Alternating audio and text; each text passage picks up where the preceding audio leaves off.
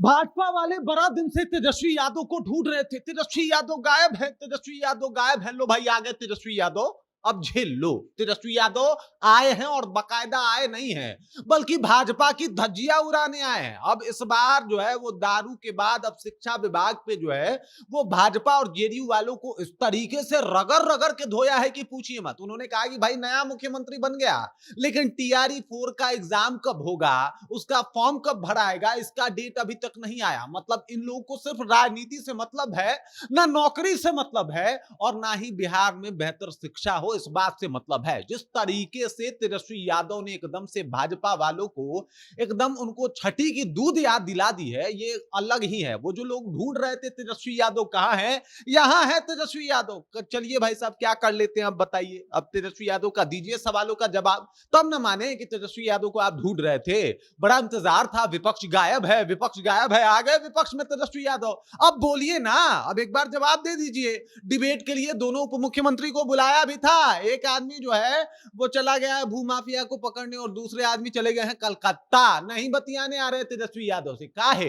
इसी के लिए ढूंढ रहे थे। पूरी कहानी क्या है चलिए आपको विस्तार पूर्वक बताते हैं, और किस तरीके से शिक्षा विभाग के ऊपर एकदम से धज्जियां उड़ा दी है इसके बारे में भी आपको पूरी जानकारी देंगे। लेकिन उससे पहले मेरा परिचय जान लीजिए। मेरा नाम है रजत और आप जनता जंक्शन देख रहे हैं। पहले बिहार में दारूबंदी के ऊपर तेजस्वी यादव ने सवाल उठाया और उसके बाद इतनी मिर्ची लगी जेडीयू और भाजपा वालों को कि पूछिए मत। दूसरा, स्वास्थ्य विभाग की धज्जियां जो है वो उड़ा दी और बता दिया कि जब वो स्वास्थ्य मंत्री थे तो किस तरीके से काम होता था, और ये बात भी बड़ा मुश्किल से हजम कर पाई एनडीए। और तीसरा, आप शिक्षा विभाग को लेके भी मुद्दा उठा रहे हैं कि भाई टीआरई 1 और टीआरई 2 का जिस तरीके से एग्जाम हमने करवाया और जितना बेहतर तरीके से सब कुछ हो पाया, जिस तरीके से जॉब की एक क्रांति चली थी, उस क्रांति के ऊपर इन लोगों ने पूर्ण विराम लगा दिया है। इन लोगों को बस अब अपने सरकार से मतलब है, इनसे मतलब ही नहीं है कि नौकरी कैसे बटेगा, शिक्षा व्यवस्था का क्या होगा। और पूरा एकदम से तेजस्वी यादव ने बता दिया कि भाई साहब आप लोग बस यही कीजिए, बिहार की जनता से थोड़े मतलब है कौन मुख्यमंत्री बनेगा, किसको जो है वो सरकार में आना है, कौना जात का मुख्यमंत्री बनेगा। तेजस्वी यादव पूरा एकदम से वो धज्जिया उड़ाना जो कहा जाता है, धज्जिया उड़ा के रख दिए। पूरी कहानी क्या है चलिए विस्तार पूर्वक आप देख लीजिए और बता दे रहे हैं आपको। तो सबसे पहले आप यहां पे देख सकते हैं कि तेजस्वी यादव ने बाकायदा एक पोस्ट किया है। इस पोस्ट में जो है एकदम से बता दिया है कि ये जो इतना आप लोग उछल रहे हैं कि सीएम कौन बनेगा, किसकी जो है वो सत्ता में अब इस बार जो है वापसी होगी, तो ये तस्वीरें साफ है। 17 महीना की महागठबंधन सरकार में मेरी विशेष पहल पर शिक्षा विभाग को राजद कोटे में लेकर सर्वप्रथम युद्ध स्तर पर शिक्षा विभाग में टीआरई 1 टीआरई 2 के अंतर्गत निर्धारित समय सीमा के अंदर बिना किसी पेपर लीक संपूर्ण पारदर्शिता के साथ रिकॉर्ड 2,20,000 से अधिक अभ्यर्थियों को नियुक्ति पत्र देकर ज्वाइनिंग कराई गई। हमने टीआरई 3 की भी नियुक्ति प्रतिक्रियाधीन कराई, लेकिन जनवरी 2024 में हमारे सरकार से हटते ही पेपर लीक के कारण टीआरई 3 को रद्द किया गया और फिर यह परीक्षा भी विलंब हुई। इन्होंने कहा कि भाई साहब जैसे ही हम हटे उसके बाद पेपर लीक, उसके बाद कह रहे हैं कि फिर चुनावी साल 2025 में वर्तमान मुख्यमंत्री नीतीश कुमार जी ने लिखाया ट्वीट चिपकाकर युवाओं से वादा किया था कि बिहार में सरकारी विद्यालयों में शिक्षकों की रिक्तियों की गणना कर जल्द ही टीआरई 4 परीक्षा आयोजित की जाएगी।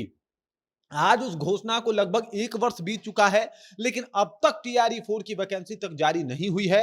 बीपीएससी कैलेंडर के अनुसार यह परीक्षा अगस्त 2024 में ही हो जाना चाहिए थी, लेकिन चुनाव आयोग तंत्र और 10 हजरिया के बदौलत सत्ता हड़पने वाली कुर्सीबाज भाजपा जदयू सरकार युवाओं की जरूरत को कभी समझ ही नहीं पाई। फिर साल 2025 के अक्टूबर में परीक्षा कराने की बात कही गई ताकि चुनावी आचार संहिता लागू होते ही परीक्षा टल जाए, और ऐसा ही हुआ।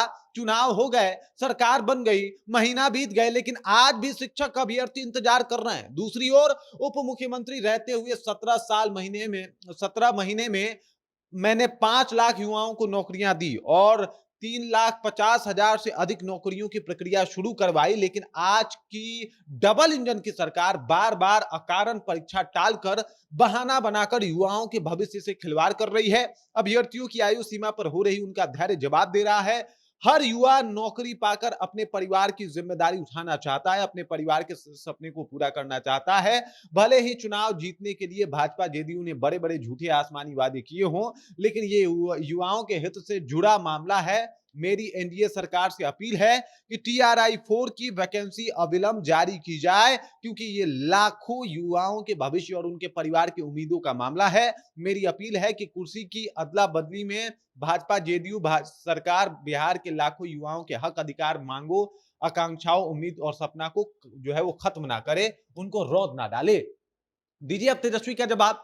ढूंढ रहे थे ना विपक्ष कहां है, विपक्ष यहां है। तेजस्वी यादव के कुछ सवाल हैं, सवाल दारूबंदी पे भी है, सवाल जो है वो स्वास्थ्य व्यवस्था पे भी है, और स्वास्थ्य व्यवस्था के साथ साथ अब शिक्षा व्यवस्था पे भी सवाल है। दीजिए जवाब। विपक्ष को ढूंढने वाले अब वो लोग कहां हैं जो ढूंढ रहे थे तेजस्वी यादव कहां है। एक आदमी जाके जो है वो चुनाव प्रचार प्रसार कर रहा है, कहां पे वो पहुंच गए हैं सीधे उप मुख्यमंत्री साहब जो है वो कोलकाता, स्वास्थ्य मंत्री कोलकाता पहुंच के एकदम भाषण पे भाषण दिए जा रहे हैं। अरे बिहार में क्या हो रहा है इसके बारे में बात कीजिए। आपको चुनाव से बड़ा कुछ दिखता ही नहीं है। चुनाव में वादा किया जाएगा और चुनाव बीत जाने के बाद अभी तक वादा पूरा नहीं हुआ।